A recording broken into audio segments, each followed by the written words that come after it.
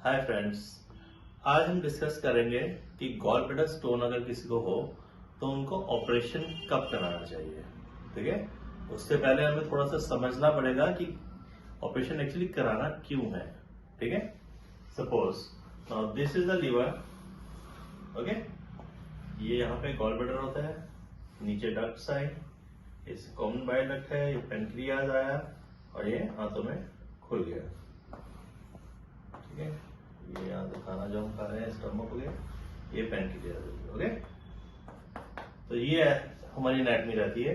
This is the liver, okay, this is the stomach, this is the gall bladder, ये pancreas है और ये छोटी आंत है, small intestine. Okay, gall bladder normally क्या होता है, गॉल ब्लैडर कुछ बनाता नहीं है, लीवर बाइल बनाता है।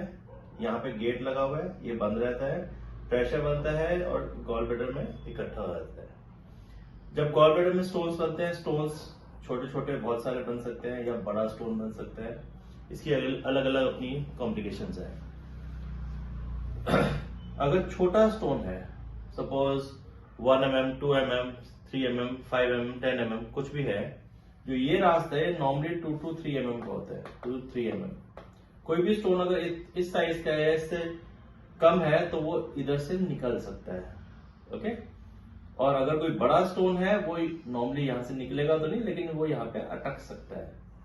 ओके, तो जब हम तला हुआ कुछ खाते हैं तो गॉल ब्लैडर सिकुड़ता है, बाइल जूस यहाँ से आता है, हाथों में मिलता है, फैट से मिलता है और उसकी डाइजेशन में हेल्प करता है। So gall bladder in a way is important. Okay, it is ऐसा नहीं है कि बिल्कुल ही वेस्ट ऑर्गन है, फंक्शन है उसका। बट जब इसकी में पथरियां बनने लग जाती है, यानी कि वो काम ढंग से कर नहीं रहा है, ठीक है, इट इज नॉट फंक्शनिंग, अब वो हमारे लिए हार्मफुल ऑर्गन बन गए हैं, तब हम उसको निकालना चाहिए।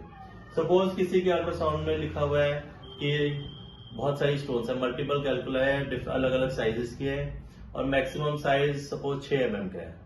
ठीक है, इसका क्या मतलब है? इसका मतलब ये है कि बहुत सारी पथरी है, उनमें से जो सबसे बड़ी पथरी है वो 6 mm की है सपोज।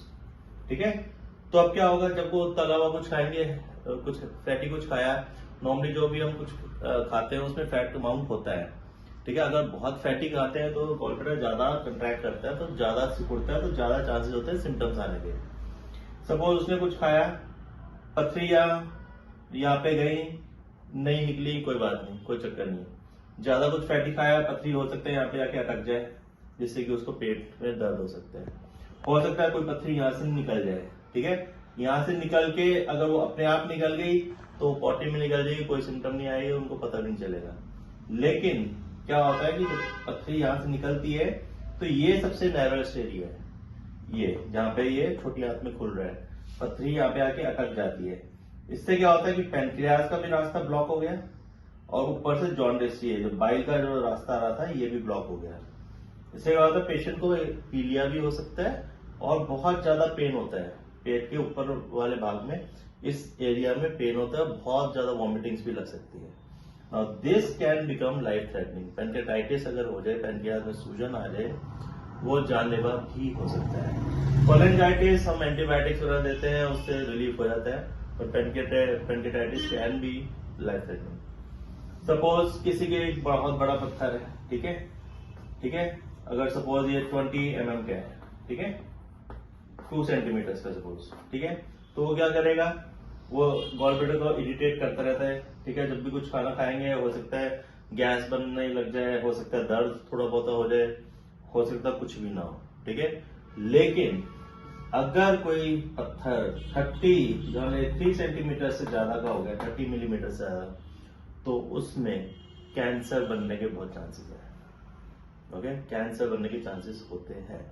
ओके, सपोज, अच्छा, और ये जो चांस ऑफ कैंसर है, ये north India, specifically north India region में सबसे ज्यादा है गॉल ब्लैडर कैंसर। इसलिए व्हाट आई वुड सजेस्ट कि स्पेशली इन नॉर्थ इंडिया, जैसे जम्मू कश्मीर, पंजाब, हरियाणा, न्यू दिल्ली, उत्तर प्रदेश, ओके, ये जो स्टेट्स है, इनमें किसी के अगर पित्त की थैली में पथरियां हैं, उनको कंसिडर करना चाहिए, चाहे सिम्टम्स आ रहे हैं चाहे ना ही आ रहे हैं, कि हम गॉल ब्लैडर को तुरंत से तुरंत निकलवा दें। ठीक है, उसको पालने की कोई जरूरत नहीं है, क्योंकि या तो वो छोटे स्टोन्स हैं वो सिम्टम क्रिएट कर सकते हैं, या बड़ा स्टोन हो गया है तो कैंसर बदल सकता है। और नॉर्थ इंडिया में तो स्पेसिफिकली बहुत हाई इंसिडेंस है। ठीक है, नाउ अगर सपोज किसी के कारण है कि डर लगता है ऑपरेशन से, हमें अभी नहीं कराना है, हमारे डॉक्टर्स कह रहे हैं कि अभी ना कराओ, तो उसमें क्या है, अगर किसी की छोटी छोटी पथरियां हैं उसमें रिकमेंडेशन ये है कि उसको निकलवाना चाहिए। ठीक है, उसमें ऐसा नहीं है कि दवाइयों से कुछ भूल जाएगी, कुछ होगा, no, it should be taken out, ताकि पेनकेटाइटिस, कोलेंजाइटिस, ये कॉम्प्लिकेशंस ना हो। किसी के पथरी सपोज 3 सेंटीमीटर के आसपास है, उससे बड़ी है, तो तुरंत निकलवाओ, कोई सोचना ही नहीं है। इसके बीच में सपोज किसी के 5 mm या 6 mm से लेके 24 mm या 25 mm के बीच में है, ये पेशेंट तब भी वेट कर सकते हैं। इनको सिम्टम्स आएंगे, बहुत तला हुआ खाएंगे, बदहजमी होगी, पेट फूलने लगेगा, मतलब गैस बनेगी, ये सारे सिम्टम्स आ सकते हैं। ठीक है, लेकिन वो बहुत कोई लीथल सिम्टम्स आने के चांसेस थोड़े कम है। और भी कॉम्प्लिकेशंस हो सकती हैं, यहाँ पे आके इसका एक्सटर्नल कंप्रेशन दे सकता है, बहुत सारी चीजें हैं, बट उनके चांसेस कम होते हैं। हाँ, डायबिटिक पेशेंट अगर है, जिनको शुगर है, उनमें तो अगर स्टोन्स हैं उनको भी कंसिडर करना चाहिए कि हम अगर शुगर कंट्रोल है, सब कुछ ठीक है, तो हम निकलवा लें। ओके, और सपोज किसी को स्टोन्स है, सब कुछ जानने के बाद भी फाइनेंशियल रीजन है, जो भी रीजन है, ठीक है, तो उसमें मैंने एक वीडियो बना रखा है होम रेमेडीज के लिए, वो आप कर सकते हैं। तला हुआ ना खाओ, पानी ज्यादा पियो, सलाद खाओ, apple juice, lemon juice, mint tea, ठीक है, वो आप वीडियो आप देख सकते हैं, वो आप उसको आपको हेल्प करेगा ट्रीटमेंट में। Thank you.